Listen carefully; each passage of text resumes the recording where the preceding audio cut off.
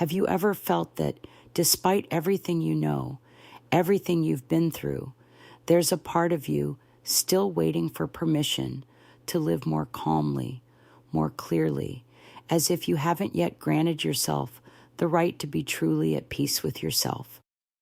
Maybe from the outside, it looks like everything is in order, that you're functioning, moving forward, but inside, in that corner where no one else's gaze reaches, there's a subtle tension, a persistent feeling of surviving rather than living. As if you're trapped in a way of being that no longer fully represents you, but you still don't know how to let go of. And no, it's not about having everything figured out or eliminating pain or achieving some perfect state of balance. None of that. It's about being able to inhabit yourself with honesty, to be with yourself without noise, without escaping, without judgment. That, though it may seem small, is already a profoundly transformative act. Today, I want to invite you to a different space, not one of quick answers or magical solutions, but one of observation, of pause, of real connection with yourself. Because the truth is, many times we don't need to learn something new. We need to remember what we've stopped looking at. And that's where the ancient Stoic principles can offer us something valuable, not as a recipe or a rigid philosophy, but as mirrors, as tools that bring us back to the essential. What depends on me? Where am I putting my energy? What meaning does what I'm holding on to have? When a person starts to recognize what they can't control and lets go of that burden, when they direct their attention to what is within their reach, something shifts, not outside, but inside. And that shift, though invisible, changes everything. There's a kind of freedom that isn't shouted or posted, a freedom felt when you stop acting out of reaction and start responding with awareness, when you no longer need others to validate you to know you're on the right path, when you can inhabit the present without fleeing from the past or chasing after the future. Of course, it's not easy. There are parts that hurt, old wounds that still burn, contradictions that can't be resolved with logic. But even that, pain, confusion, uncertainty, can become part of the path if you approach it with openness. Because there's a huge difference between resisting life and being available to live it. And that difference starts within, in the way you talk to yourself, in how you choose to respond to what happens to you, in the stories you decide to keep repeating to yourself. Today, I'm not here to give you formulas. I'm here to propose a conversation, a silent, intimate conversation between you and yourself. One that's perhaps been wanting to happen for a while. One that, if you allow it, could be the start of a different way of being in the world, more present, lighter, more yours. And if what you're seeking most isn't an answer, but a place within yourself where you can listen clearly again, have you ever stopped to think how much energy you lose trying to control the uncontrollable? Other people's words, their decisions, the past that can't be rewritten, the future that hasn't arrived. There's a very ancient, very human part of us that insists on clinging as if we could force the world to behave according to our expectations. But the truth is, the more we try to control what's outside, the further we drift from ourselves. It's not about giving up. It's about learning to discerning between what is ours and what isn't, between what we can transform and what we simply must accept. And that discernment isn't weakness, it's emotional wisdom. Because there's a peace that only appears when we stop fighting wars that aren't ours. Imagine for a moment that you could gather all the energy you've invested in trying to please, to anticipate, to prevent every possible mistake and invest it in yourself, in your thoughts, your decisions, your way of reacting, how you choose to respond to the world. How would your day change? How would you change? Sometimes we confuse responsibility with guilt and believe that letting go of what we can't control is being irresponsible. But it's the opposite. Taking responsibility for what does depend on you and nothing more is the greatest act of emotional maturity you can have. It's recognizing your limits without blaming yourself, and at the same time, taking charge of yourself with dignity. It's not about closing yourself off. It's about being present, inhabiting your inner space with such clarity that you can move through the world without being dragged by it. Because when you know where you end and where others begin, you stop getting lost in their expectations. You stop being trapped in the moods of those around you. You start to breathe from a calmer, firmer place, and in that state, something aligns. You begin to feel you can trust yourself more, that you don't need to control to feel safe, that you don't need all the answers, just to be with yourself in coherence, doing the best you can with what you have here and now. Sometimes the most powerful question we can ask ourselves in a situation is as simple as this: does this depend on me? If the answer is yes, then there's something you can do, even if it's small. If the answer is no, then your work is to let go with respect, without evasion, but also without attachment. That question, repeated over and over, can become a compass, not to escape the world, but to walk through it with your feet on the ground and your heart lighter. And you, what are you trying to control today that isn't really in your hands? Have you ever listened to yourself in that moment just before you explode? That tiny pause, that almost imperceptible instant where you know you could say something you don't want to, but you say it anyway. Where something inside you recognizes the harm you might cause, but the impulse is stronger than your awareness. It's in those moments, precisely, where the relationship you have with yourself is tested. It's not about repressing emotions. Emotions aren't the problem. In fact, they're one of the deepest forms of wisdom we possess. They warn us, protect us, show us what matters. But when we don't learn to coexist with them maturely, they become reactive. They govern us. They drag us along. And the damage they cause isn't always visible outside. Often it stays inside, in the way you talk to yourself afterward, in the shame you feel for losing control, in the tense silence that settles after an outburst, or in the pride that keeps you from repairing what you know you've hurt. Mastering emotional impulses isn't about becoming cold or ignoring what you feel. It's about learning to hold the inner heat without burning everything around you. It's looking at anger without acting from it. It's feeling sadness without sinking into it. It's moving through fear without being paralyzed. It's, in essence, choosing how to act even when your body screams otherwise. And that isn't achieved with brute force. It's achieved with practice, with presence, with the willingness to not react as you always have, to breathe, to give yourself a few more seconds before responding. Because often, what you need isn't to have the last word, but to keep your peace. There's something profoundly powerful about a person who can feel intensely and still choose to act from awareness. It's a kind of strength that doesn't need to impose itself, a confidence that doesn't shout, a clarity cultivated in silence. And yes, there will be moments when you fail, when you react before thinking, when it hurts to know you could have done better.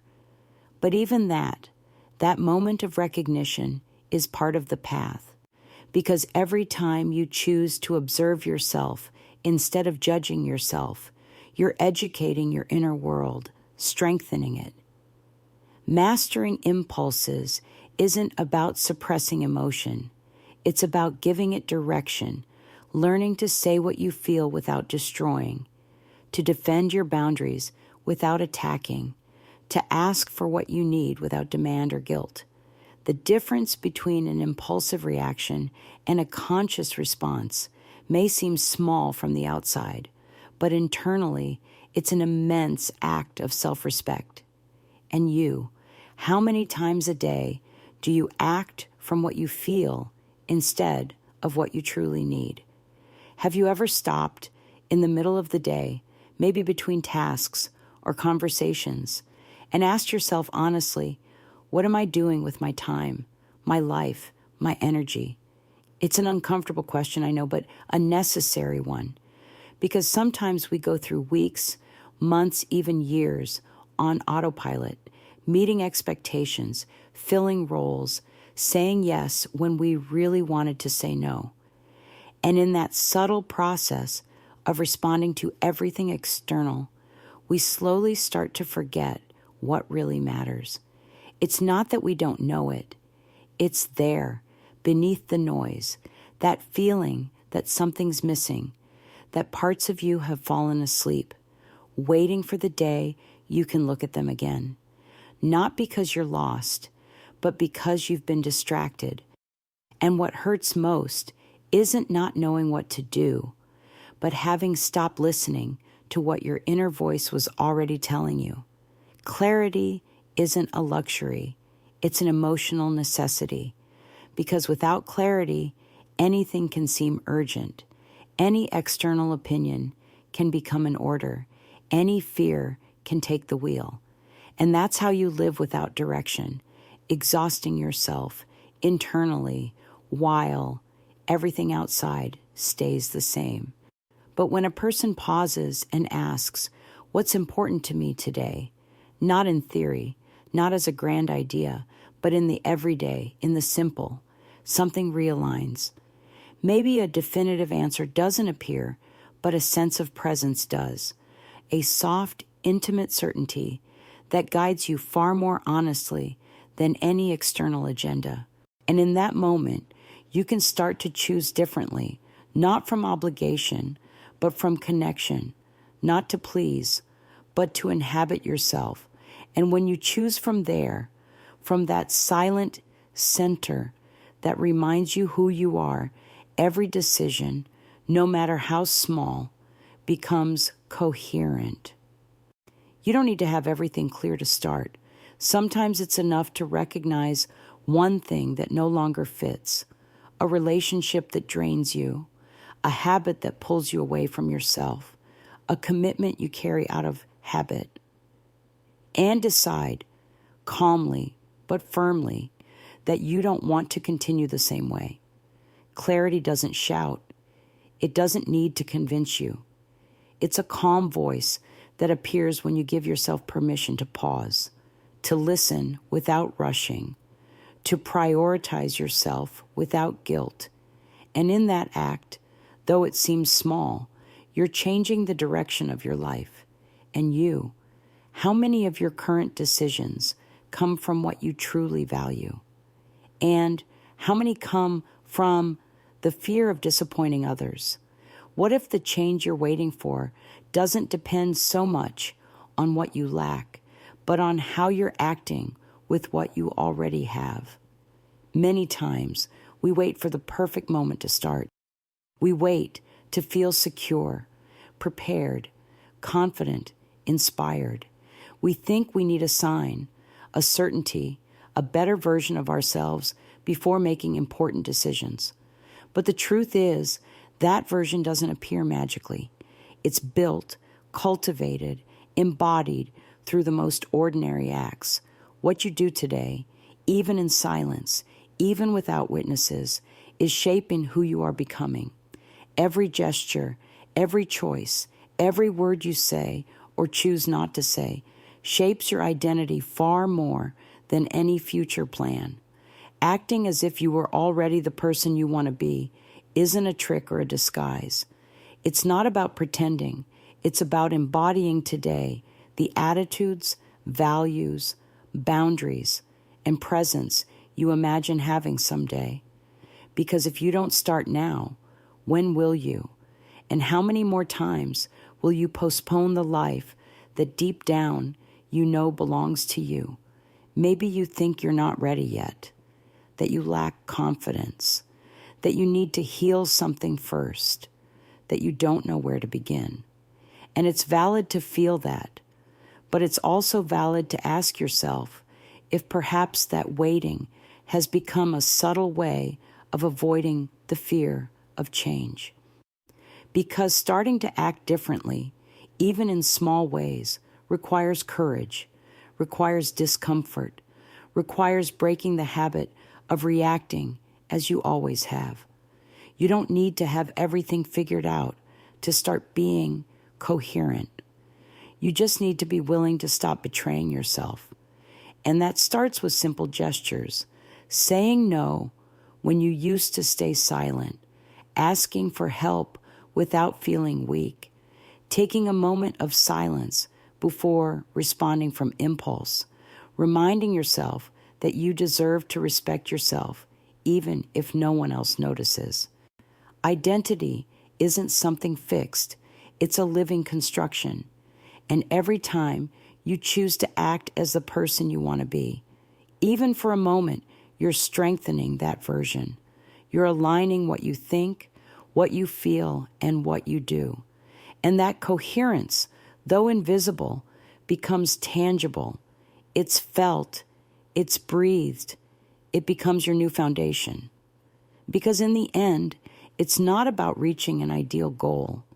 It's about inhabiting the process with integrity, stopping waiting for permission that will never come, and starting to be, today, from where you are with what you have, the person you know you already are in potential. And you, what would happen if today you acted, even for a moment, as if you were already that version of yourself you so deeply long for? How much of who you are today was shaped by what hurt you? There are wounds that aren't visible, but condition every word, every reaction, every relationship. There are pains that were silenced for so long that they became part of the body.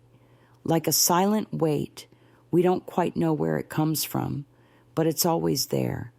And when we don't give ourselves permission to look at that pain honestly, we risk living from it without realizing it. We react from old defenses. We close doors before anyone crosses them. We pull away from what could do us good out of fear that it might also hurt us. All of this not because we're weak, but because parts of us learned to protect themselves before they could understand. But pain isn't the problem. Pain is part of being alive. What harms us isn't feeling, but getting stuck in the place where that pain became identity. Sometimes we spend years trying to understand why something happened to us, searching for culprits, explanations, emotional justice. And it's okay to want to understand, but there comes a moment when it's no longer about understanding the past, but deciding what we're going to do with what that past left in us. Pain can be a prison, or it can be a door. And that difference isn't in what happened, but in how we hold it today. Using the wound as a lever doesn't mean minimizing it. It means looking at it head on and asking ourselves, what did I learn from this that can help me not repeat it? How would I take care of myself today if I could go back to that situation? What can I transform in myself from this? Not to forget it, but so it stops governing me. And when we do that, when we dare to feel with awareness, to move through the pain without merging with it, something changes. A new strength appears. Not the strength of someone who doesn't feel, but the strength of someone who allows themselves to feel without losing themselves. Accepting pain is an act of dignity, stopping the search for why you deserved it, and starting to build a life where that pain is no longer the center. Giving it a place, yes, but not the reins. Recognizing it, but not feeding it with more stories that condemn you to the same role as always. And you, what part of your story are you still carrying as punishment? What could you perhaps start transforming into learning? There are forms of exhaustion that make no noise, no shouting, no open conflicts, no visible catastrophes, just a persistent feeling of tiredness, as if something inside you is slowly fading. And sometimes you don't even know why. But if you pause, if you take a deep breath and observe honestly, you start to notice certain patterns, relationships that always leave you more empty than nourished, conversations where you shrink to avoid discomfort, places where you adapt so much you lose yourself, habits that seem harmless but disconnect you from yourself more and more. And that too is a form of silent violence, disguised often as normalcy, as commitment, as misunderstood loyalty, but violence nonetheless, because anything that forces you to set yourself aside to function ends up weakening you. Sometimes we learn to live with what harms us because we don't know we have another option, or because we were taught that setting boundaries is selfish, or because the fear of being alone is greater than the discomfort of staying where we don't want to be. But living from that place has a cost, and that cost is high. Your energy, your clarity, your peace. It's not about cutting everything off or becoming radical. It's about looking honestly at what's draining your life force, asking yourself without anesthesia, does this nourish me or wear me down? Does this bring me closer to who I want to be or pull me away from myself? And when you start answering with courage, you may notice there are things you can no longer keep sustaining. And that's when another part of the process begins, grief. Because even what hurts can become familiar. Even what doesn't do you good can become a comfort zone. But staying in the familiar out of fear of loss is also a form of loss. Eliminating what weakens you isn't disdain, it's respect. It's the profound act of saying to yourself, my energy is valuable, my well-being matters. I'm not going to keep negotiating my peace for belonging. And that decision isn't always visible from the outside. Sometimes only you know what you're letting go of. Only you know the weight of what you chose to leave behind. But also, only you will feel the lightness that comes when you finally reclaim your inner space without guilt. And you, what are you holding on to in silence that no longer makes sense for who you are today? Have you ever finished an entire day without really knowing what you did with it? Maybe you were busy, did tasks, talked to people, met expectations, but at the end, there's an empty feeling, as if you were present but absent, doing without being, reacting more than choosing. And that, though it seems harmless, wears you down, because the body moves, the mind solves, but the soul doesn't participate. And living like that, disconnected from what you do, even if you do it well, is a silent way of losing yourself. Autopilot isn't just a distraction, it's a disconnection, a way of living where everything becomes habit, the words we say without feeling, the relationships we maintain out of inertia, the places we go without knowing why. And the most dangerous thing is that sometimes we don't even notice until one day we realize we're exhausted without knowing when we stop choosing. Living with intention doesn't mean having a perfect plan or living intensely all the time. It's something simpler and deeper. It's deciding with awareness where you put your attention. It's choosing what you accept and what you don't. What do you do because you truly want to? And what do you do out of fear of causing discomfort? When you start living with intention, the smallest acts become filled with meaning. Eating stops being just a routine. It becomes a moment of care. Listening to someone isn't just responding out of politeness. It's being truly present.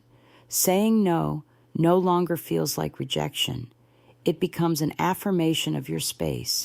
But for that, you need to pause, breathe, ask yourself honestly, where am I putting my energy? What of all this do I really want to keep doing? And what no longer represents me, even if I did it in the past? Life doesn't need you to control it, but it does need you to inhabit it, to be present, to make decisions aligned with your values, not your fears. Because when you do that, even if the world outside stays the same, you change. Your perception changes. Your way of responding changes. The relationship you have with yourself changes. It's not about having extraordinary days. It's about living the ordinary with presence. Because there, in the everyday gesture, in the simple word, in the chosen pause, a life with meaning is built. And you, how many of your current routines exist because you chose them? And how many because you never stopped to question them? What happens inside you when you give your all to something and the result still isn't what you expected? It's frustrating, isn't it? Because from a young age, we're taught that if you try hard enough, everything will turn out fine. That if you give your best, you'll be rewarded. That success is the natural consequence of sacrifice. But life, so complex, so full of nuances, doesn't always work that way. There are moments when you do everything right, and still it doesn't happen. The recognition doesn't come. The relationship doesn't last. The project doesn't flourish. And in the face of that, the risk is getting stuck in a sense of failure, injustice, or emotional exhaustion from not receiving what you felt you deserved. But maybe the question shouldn't be why it didn't work out, but rather from where did I do what I did? Because if you acted from integrity, from your center, from coherence with who you are, that's already a result in itself, an internal, invisible, but profound result. Detachment doesn't mean you don't care. It means you choose to put your energy into what you can control, your effort, your presence, your ethics, and let go of what isn't in your hands, the other person's reaction, the speed of the process, the outcomes that may or may not come. And that's not resignation, it's maturity, because it frees you from the anxiety of having to prove something all the time, because it leaves room for the present to exist without the constant burden of needing to produce a perfect result. When you practice detachment, you start to value the process. You start to feel pride in what you did, not for how it was received, but for how you were during the journey.